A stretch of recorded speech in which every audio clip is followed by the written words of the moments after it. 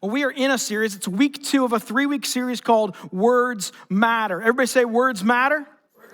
Words matter. They absolutely matter. It's not some catchy slogan that we're using as a catchphrase for this sermon series. The truth of the matter is that words do matter. For every single one of us, the words that we choose, the words that someone say to us, they matter.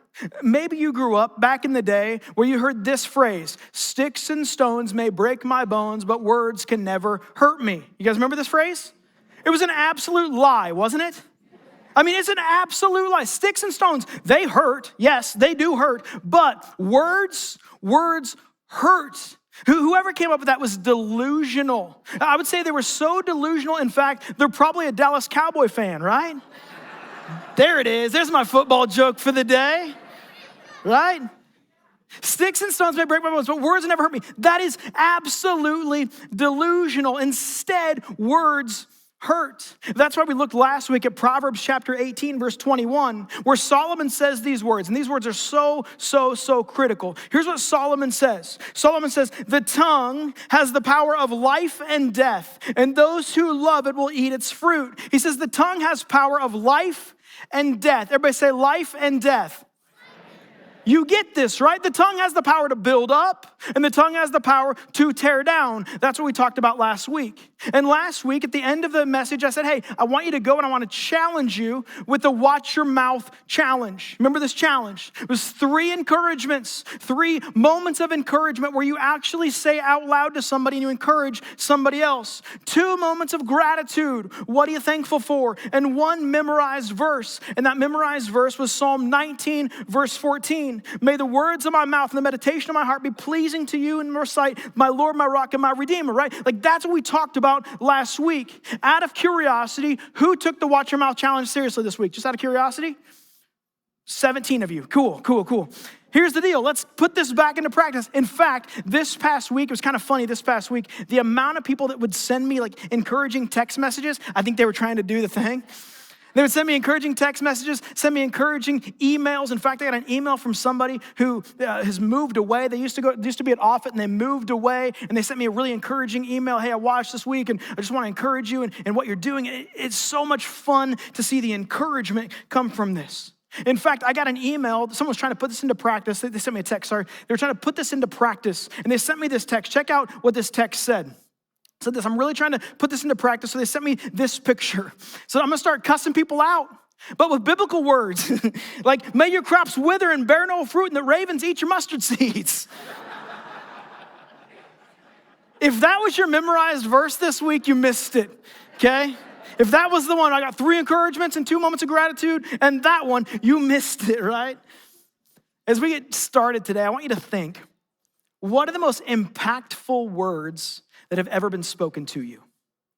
What are the most impactful words? As you think about words in your life, what are the most impactful words that have ever been spoken to you or over you? Because here's the truth. Like Solomon says, words can build up or words can tear down. And oftentimes, the words that build up are impactful, and words that tear down are also impactful. There could have been words like, "You're doing great," from somebody you didn't expect to hear that from. Could have been words like, "I'm so proud of you." But they also might have been words that hurt, like, "You should quit. You'll never be good enough." Harmful words. What are the most impactful words that have ever been said to you? Here's the thought for the day. Words are not equally weighted. Words are not equally weighted. Negative words weigh more than positive words. Negative words, if we're truly honest with ourselves, negative words weigh more than positive words. It's trying to balance a teeter-totter with a sumo wrestler on one side when you got negative words, right? It's terrible when we think about all the negative words that have been said to us over time, as we understand those words weigh on us, and they weigh on us, and they weigh on us so much. In fact, psychologist Marcia Losada says this.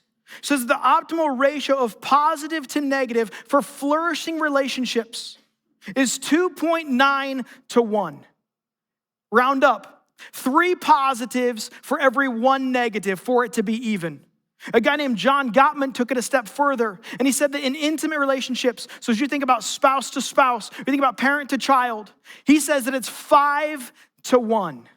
5 positives will cancel out 1 negative in intimate relationships. We're all familiar with portion control, right? Well, maybe tonight we won't be, amen? But we're all familiar with portion control. I want to talk about proportion control. The proportion of negatives to positives. If you're a manager of people, this is so critical. If you run a franchise, you're a CEO, this is so critical for you to understand and to comprehend the power of positive and the impact of negative. Dads, can I pick on you for a second? Nobody said no, so we're gonna do it anyway. Dads, if you're a man of few words, I have a feeling that negatives come to you much easier than positives. Something goes wrong, you snap, you're immediately on it, right? Here's what I would say to you, gentlemen. Don't stop saying hard things. Don't stop correcting. We need that in this world. We need hard things said. We need correction in this world, but start saying positive things too. See, as much as I want to believe Marcia Losada saying 2.9-1, and as much as I want to believe John Gottman who says it's 5-1, I know people who sit in my office who need counseling, who if their dad would have said something positive, it's like 50-1. And gentlemen, we need to do better about saying positive things. If you've ever been crushed by someone's words, you get this. Words carry weight. They leave a mark on us. We've all been on the receiving end of words that have been said to us that shape who we are and shape the person that we look at in the mirror. We've been on the opposite side of people who build us up and also who tear us down. That's why I love what Solomon says in Proverbs chapter 12, verse 25. It says, anxiety weighs down the heart, but a kind word, everybody say kind word. A kind word cheers it up. He goes on, Proverbs 21:23, whoever keeps their mouth and their tongue keeps themselves out of trouble. Church, words are not equally weighted. I believe that negative words weigh more than positive words. Now, negatives are necessary, but they begin to bounce. Negatives weigh more than positives. Here's how I know that. I know that because a lot of us carry around the negatives that have been said to us time after time after time. I remember I was 17 years old, and I stepped into my guidance counselor's office at the school. Now, the job of the guidance counselor is to do what? Give guidance, right? Like, it's in the name. And so I stepped into my guidance counselor's office. He had invited me in. We were going to talk about where I wanted to go to college. We were going to talk about what I want to do with the rest of my life. And I sat down in his chair with him, and he looked at me and said, hey, Ryan, what do you want to do with your life? And I told him I want to do this. I want to be a pastor. I'd love to be a pastor. And he looked at me and he said, Ryan, that's a waste. That is an absolute waste. It's a terrible profession. Don't get involved in it. Church, I remember exactly where I was seated in his office. I remember the smell of his office. I remember everything about that. Because here's the truth. Words are heavy. Words are heavy. In our lives, your lives, my life, our lives have been shaped by the words that have been spoken over us. Words can either inflate us or words can deflate us. Words can give us confidence or words can tear us down. Words are these things that when we look in the mirror in the morning, they're the things that continue to swirl, the things that have been said about us, the things that have been said to us, the things that we hear over and over and over again. In church, we're quick to recognize that, aren't we? We're quick to recognize that the words that have been said over us shape us. The words that have been said about us affect who we look at in the mirror. We understand that. What we're not so quick to understand is how we take responsibility for our own words to other people. We're responsible. We're responsible for the damage that we inflict on other people by the things that come out of our mouth. Our mouth has incredible power, particularly when we realize and understand the impact it has on other people. See, I think that when we get in conversations with people, we've got an intent versus an impact. The intent, here's what I intended to say. Am I intending to convey information? Am I intending to be funny? Am I intending to do this? Whatever the intention is, we have to match intention with impact. I've got this intention of what I'm trying to say and how I'm trying to say it. But the impact is how that person hears what I'm trying to say. How do they register the words that I'm saying? Church, we have to be better as individuals matching intent with impact. We have to be better about it. Because like Solomon says, our words can either build up or tear down. Mark Twain says it this way. He says, I can live for 2 months on a good compliment. See, a word of encouragement is like oxygen for the soul, isn't it? That's why Paul says in 1 Thessalonians 5:11, therefore encourage one another and build each other up. Now, when I think about this word encouragement, oftentimes I go to bless. And this word bless in the original Greek, this idea of bless is actually to add strength to someone's arm. You ever been in a challenge where you just needed someone to come alongside you and add strength to your arm? That's really what it's talking about here. That we might add strength to each other's arms. That as we go about our life, we can encourage one another and build each other up. That's why Proverbs 16:24 says this, gracious words are a honeycomb, sweet to the soul and healing to the bones. Many of us know this, but Mary Angelou says it this way, I've learned that people will forget what you said, but people will never forget how you made them feel. The words we choose and the way we choose it can leave lasting impact on other people. Words are heavy, but here's the truth. The source determines the weight. The source of who said it, the source of somebody who says it determines the weight of how heavy the words actually are. See, one of the most catalytic relationships that you're ever going to understand is if you understand this front and center, that the source of who said it affects the weight of how much it holds. Let me illustrate it this way. Parent to child, okay? The relationship that you have as a parent to your child is different than the relationship the child has to the parent, amen? Just different relationships. It's a relationship, but it's different. For instance, if you're the parent and you've got a child, that child is 100% dependent upon you. You've got a relationship, but they're dependent upon you as the parent. Vice versa. You're the parent, they're the child. They understand the dependence on each other. It's a relationship, but it's a different kind of relationship. And then over time, that dependence becomes more independent over time, right? They get to be 10, 11, 12, and all of a sudden you start giving them more independence. You shuffle the deck, you let them kind of make their own decisions. They mess up, you come back, you do the thing again. You continue to teach them how to live and grow. And then over time, they get older, and then they have kids. Now the relationship's changed, hasn't it? Because the moment they have kids, what do? They come back and they apologize. I'm so sorry I put you through that, right? Like, I didn't even know, I didn't understand, but now that I got kids, man, my kids are crazy. We understand this, right? The relationship changes over time. They were dependent upon you. They're no longer dependent upon you. It's the same relationship, but the relationship is very different. And this dynamic, if we can understand it, this dynamic is so true in every relationship that we have. At work, there's a boss and an employee relationship. You might be friends with your boss. You might be friends with your employees, but they see you as the boss, you see them as the employee, or vice versa, right? It's a relationship, but it's a different relationship. Everybody's friendly, but there's a different relationship.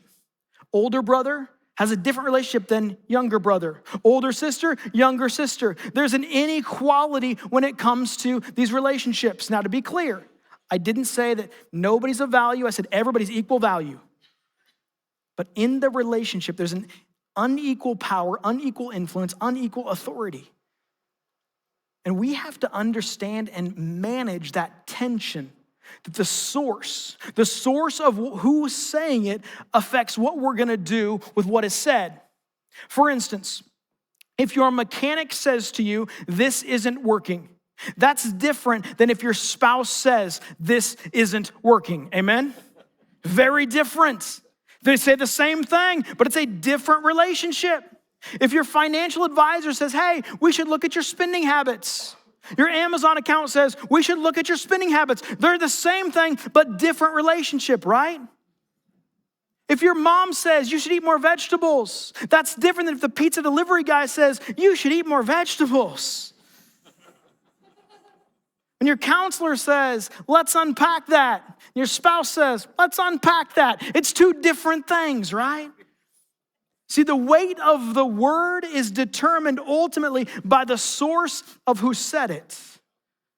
Now, let me illustrate this even further because some of us maybe not on the same page yet. Ladies, let me talk to you first. Can I pick on you ladies? Sure. The guys didn't complain, so let's talk about you ladies.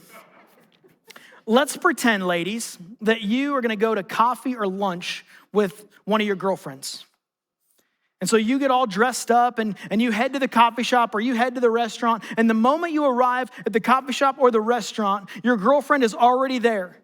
And she sees you as you walk in and she stands up and she looks at you and she says, oh my goodness, you look so good in that. Just like that, okay? I don't know why she's so high-pitched, but she's excited to see you.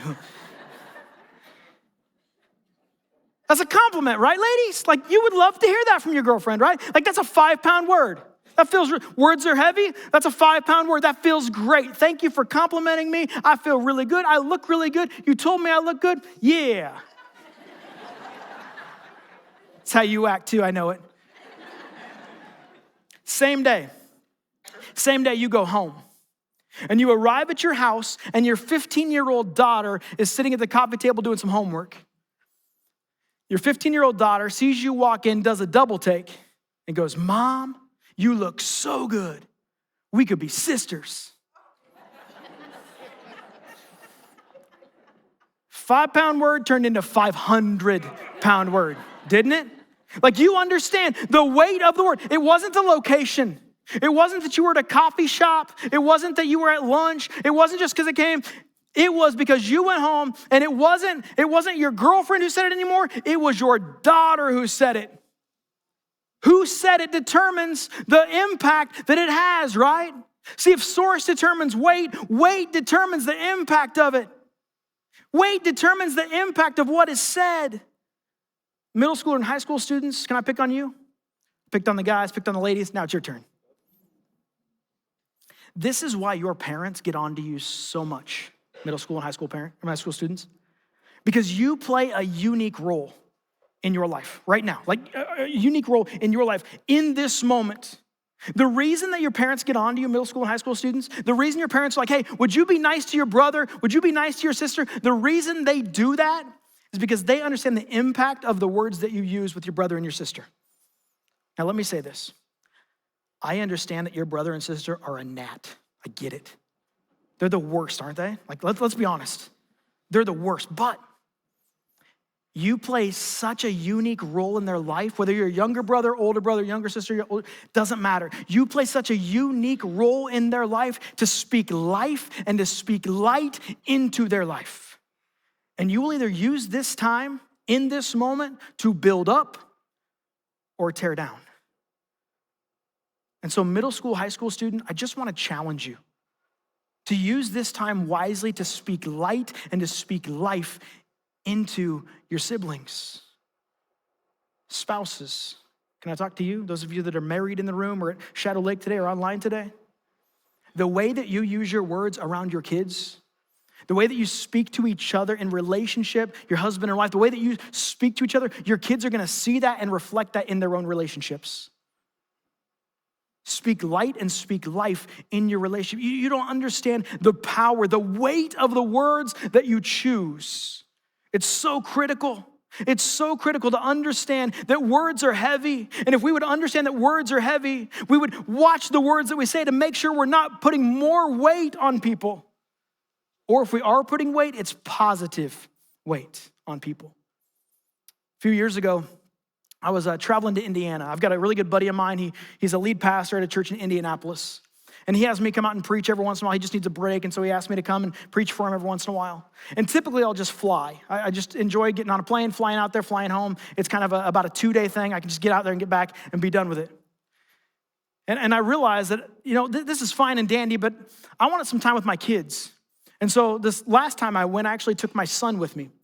Dax was probably 9 or 10, somewhere in there. He's my middle child. And so it was one of those, like, we're gonna rent a car and we're just gonna drive together. It's gonna be a blast. We're gonna talk in the car the whole way there, talk in the car the whole way back. I'm just gonna get some windshield time with my son. It's gonna be a blast.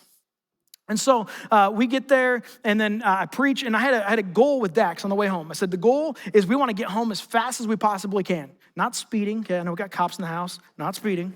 Okay, a little bit speeding. But I wanted to get home, so it was like, we're gonna stop at a gas station quick. We're gonna do the thing in the gas station quick. We're just gonna be on our way. We're gonna try to get home as fast as we possibly can to see if we can like break some rules and break the law. And so we decided, let's do that.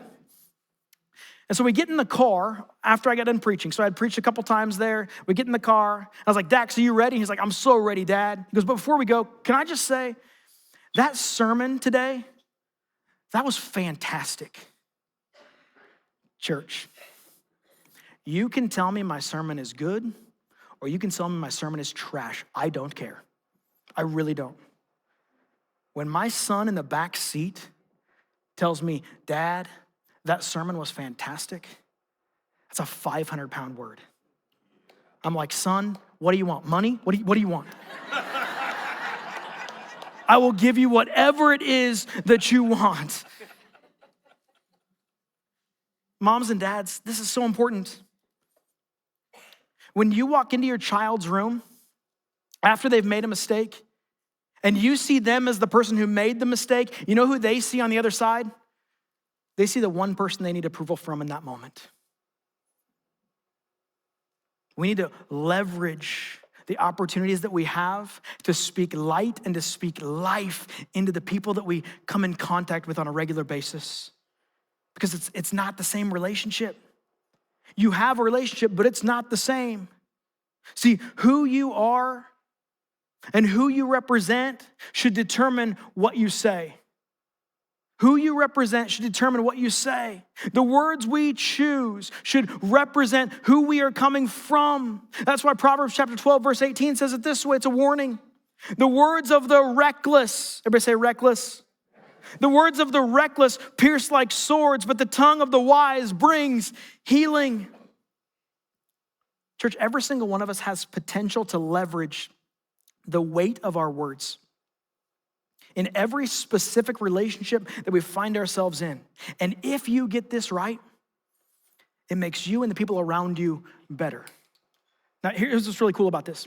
Everything I've said up to this point is specifically for anybody in any of our rooms today. You can be a follower of Jesus and live by this. You cannot be a follower of Jesus and live by this. That we speak light and speak life into the people around us. That would make everybody better, right? But this should bother a specific group of us more than others. If our words truly do carry weight, and I think we've established today that they carry weight, and if words can be heavy, specifically negative words can be heavier than positive words. If we can understand that, this should bother a specific group of people of us more than others. That if our words have potential to wound, and if our words have potential to be harmful, if our words have potential to undermine someone's self-confidence, if our words have potential to undermine someone's self-esteem or to inflict a scar that someone might carry for a long, long, long time, maybe all of life, that should scare us. That's why Jesus says this in John chapter 13. It's coming to the end of his life, and he wants to make sure that his disciples understand what he's called them to do, what he's asked them to do. And so in John chapter 13, here's what Jesus says. He says, a new command I give you. It wasn't new, but he felt like he needed to say it. He said, a new command I give you, love one another. As I have loved you, so you must love one another. By this, by your love, everyone will know that you are my disciples if you love one another. Here's what he's saying. Source determines weight. Weight determines impact, and impact determines outcome. Don't miss that. If the source of the word determines the weight, and the weight determines the impact, and the impact then determines the outcome, That's why the Apostle Paul takes Jesus' words even further. If you read through the entire New Testament and you read Paul's writing, what you find is that Paul says, hey, we should one another. We should make decisions and choose words that build up, not tear down. We should one another in Ephesians 4:32. Be kind and compassionate to one another, forgiving each other just as Christ forgave you. He goes on, Galatians chapter 6, verse 2, carry each other's burdens, and in this way, you'll fulfill the law of Christ. What's the law of Christ, church? Love the Lord your God with all your heart, soul, mind, and strength, and love your neighbor as yourself. It wasn't a new command Jesus gave, but Jesus said, love one another. And how do we love one another? By our words. We are responsible, church, for the words that come out of our mouth. We are responsible for the pain it inflicts, and we are responsible for building others up. That's why Paul says in 1 Thessalonians 5:11, therefore, encourage one another and build each other up just as in fact you are doing. Now, if you're not a follower of Jesus, I'm glad you're here. I'm really glad you're here. You can put this into practice. Try it. See what happens. Perhaps the reason you're not a follower of Jesus is because the words Christians have used to you and around you and over you. If that's you, can I just say I'm sorry? That we need to be better as individuals, showing love and grace and mercy. We need to be better about choosing the words that we say. That's why Paul says in Colossians 4:6, we're gonna look at this next week. Let your conversation be always full of grace, seasoned with salt, so that you may know how to answer everyone. We are responsible for the words we use. We're commanded by Jesus to love one another, and that includes the words that we choose to use. That's why in Ephesians 4:29, we looked at this last week. Do not let any unwholesome talk come out of your mouths, but only what is helpful for building others up according to their needs, that it may benefit those who listen. Now, here's why this is so important. This is so important because who you are and who you represent determines the weight of what is said. You know who you are? You are more than an employee. You are more than a manager. You're more than an employer. You're more than a neighbor. You're more than a sibling. You're more than an older brother, older sister. You're more than any of that. You know who you are? According to Jesus' words, here's what Jesus says. Matthew chapter 5:13, you are the salt of the earth. And so our words should do what salt does, preserve and protect, never harm, never undermine. And then he goes on, Matthew chapter 5, verse 14. He continues, he says, you are the light of the world. And then he doubles down on it. Check this out. Verse 14 through 16. A town built on a hill cannot be hidden. Neither do people light a lamp and put it under a bowl. Instead, they put it on its stand, and it gives light to everyone in the house. In the same way, let your light shine before others, that they may see your good deeds and glorify your Father in heaven. Here's what he's saying. By the words that you choose, by the things that you say, when people hear you say things, you know what they should do? They should connect the dots and go, I want what you have. Because of the grace that we speak with, because of the ability to build people up and not tear people down, as we go about encouraging one another, as we go about giving moments of gratitude, what we do is we connect the dots and people go, I want Jesus. If that's what Jesus looks like, I want Jesus. Because here's the truth. The source of who said it determines the weight of the words. And the weight of the words determines the impact that it makes on you. And the impact determines the outcome. The impact determines what you're gonna do about it.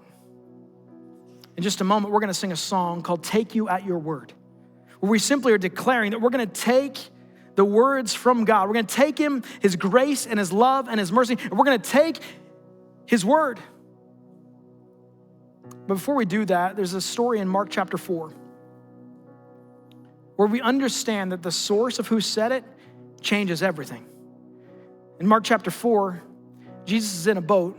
He's taking a nap. He's had a long day. Some of us can relate to that, right? After a long day, you just want to take a nap. He's laying in the boat. He's dead asleep. And all of a sudden, this storm comes. The wind and the waves are crashing over the boat. His disciples, they're seasoned fishermen, some of them. They're freaking out. They're freaking out about the wind and the waves. And so they go and they wake Jesus up. They say, Jesus, don't you care that we're about to die? And Jesus gets up from his slumber, looks out over the wind and over the waves, and he says these words, peace, be still. And immediately, the waves stop. Immediately, the wind stops. All because of who said it, it changes the moment. It's not lost on me that here, Shadow Lake, online, there are a number of people who feel like the waves are crashing over the boat. And you're freaking out. And maybe it's the weight of what you're carrying. Maybe it's the weight of what someone has said to you or about you. Jesus is awake. Jesus looks out over whatever storm that you're in right now, and he says those words, peace, be still. Or maybe he says the words that you really need to hear today. Cast all your anxiety on me, for I care for you. Come to me, all who are weary, all who are burdened, and I will give you rest. These are the words of Jesus. The source determines the weight. When Jesus says it, that should feel like all the weight that you've been carrying comes off. Maybe you've never put your faith and your trust in him. I want to invite you to do that today. Maybe you've been carrying around a lot of weight in your life. Sin, shame, guilt, pain. Maybe it's what someone has said about you, someone has said to you. Maybe it's what you've been telling yourself, not good enough. Jesus Christ came and he lived and he died on the cross for you. And if you've never put your faith and your trust in him, I want to invite you to do that today. He says, come to me, all who are weary, all who are burdened, all who carry sin and shame and guilt and pain, all, and I will give you what you need. I will give you rest. Rest in him. So if you've never made that decision today, I'd love to talk to you right here at Bellevue. Drew would love to talk to you, Shadow Lake. We would love to have a conversation with you today about how you can put your faith and your trust in him. Because if source determines the weight, and weight determines the impact, and impact determines the outcome, it's already been set. He has wiped away and washed away all of your pain, all of your sin, all of your shame. And so today, in this moment, we simply get to declare that we're going to take him at his word. Would you stand with me as I pray? God, I thank you. I thank you that we get the opportunity to take you at your word. And God, today we come before you asking that you would speak to us in the midst of our pain, struggle, sin, shame, whatever it is that we carry, that you would wipe away and wash away all of that. That you would meet us where we are, and you would speak light and speak life over us so that we can speak light and life to those that we come in contact with on a daily basis. God, we love you. And in this moment, we take you at your word. Amen.